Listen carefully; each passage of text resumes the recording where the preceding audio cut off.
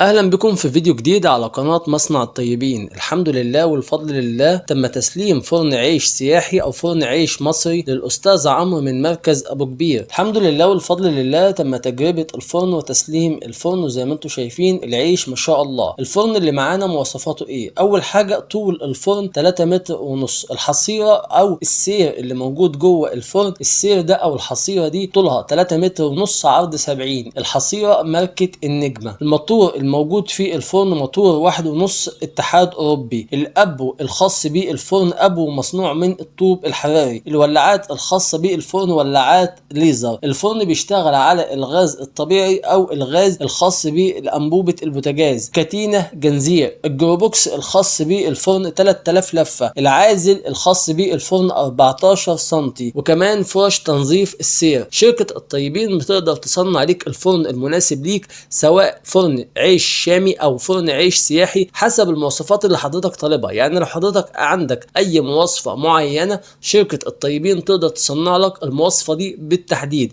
يعني عندك مثلا حاجه اسمها الابو الخاص بالفرن. الابو الخاص بالفرن في فرن العيش السياحي في منه 3 انواع. عندك الابو الطوب الحراري زي اللي موجود في الفيديو، وعندك الابو الاستانلس الحراري، وعندك الابو اللي هو الحديد او الابو المعدن. بعد كده عندك في حاجات ممكن تقدر تزودها على الفرن، ده بيكون حسب رأس المال اللي موجود معاك. في حاجة تانية زي انفرتر السرعات. انفرتر السرعات ده بقدر اتحكم فيه في سرعة السير. طب انا هتحكم في سرعة السير ليه؟ عشان تقدر تشتغل على اكتر من عيش او تعمل اكتر من عيش. يعني عندك مثلا العيش اللبناني ده بيحتاج درجة سرعة او سرعة السير تكون سريعة جدا. عندك العيش المصري او العيش السياحي المصري سرعة السير بتكون بطيئة. عندك العيش السوداني ده بيحتاج سرعة السير تكون بطيئة جدا. فانفرتر السرعات ده اللي بتتحكم منه في درجة السير. عندك برضو عداد الحرارة، بحيث لما تيجي تشغل الفرن الصبح